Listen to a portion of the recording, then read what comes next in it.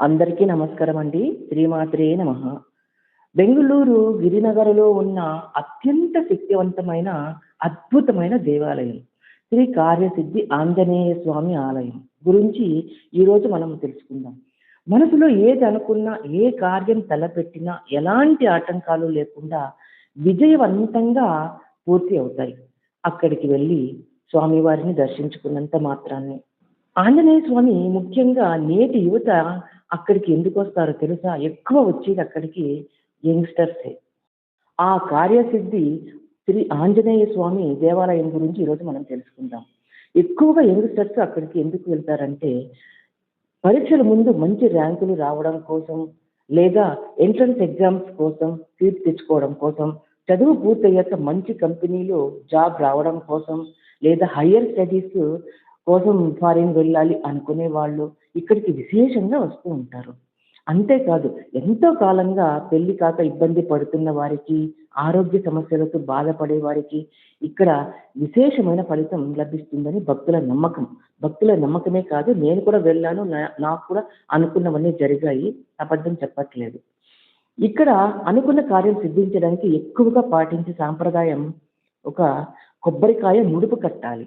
స్థానిక భక్తులు ముడుపు కట్టిన వాళ్ళు వీలైనంత వరకు మంగళవారం, శనివారం తప్పకుండా స్వామివారిని దర్శనం చేసుకొని, పూజారి గారు ఇచ్చిన మంత్రాన్ని మనసులో భక్తితో జపిస్తూ దేవుని చుట్టూ 45 ప్రదక్షిణాలు చేయాలి. ముడుపు కట్టకుండా మామూలుగా వచ్చే వాళ్ళైతే 3 ప్రదక్షిణాలు చేస్తారు. సరిపోతుంది. ఇతర రాష్ట్రాల భక్తులు హైదరాబాదు, తెలంగాణ, తమిళనాడు లాంటి దూర ప్రాంతాల నుండి కూడా చాలా మంది వస్తూ ఉంటారు.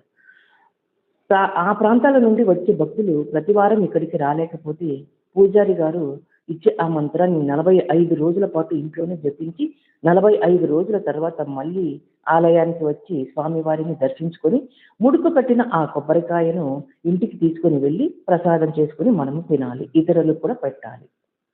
తరువాత స్వామివారి దర్శనం పూర్తయ్యాక బయటకు రాగానే ఇచ్చే గుమగుమలాడే ప్రసాదం చూడగానే నోరు ఊరిపోతుందండి అక్కడ.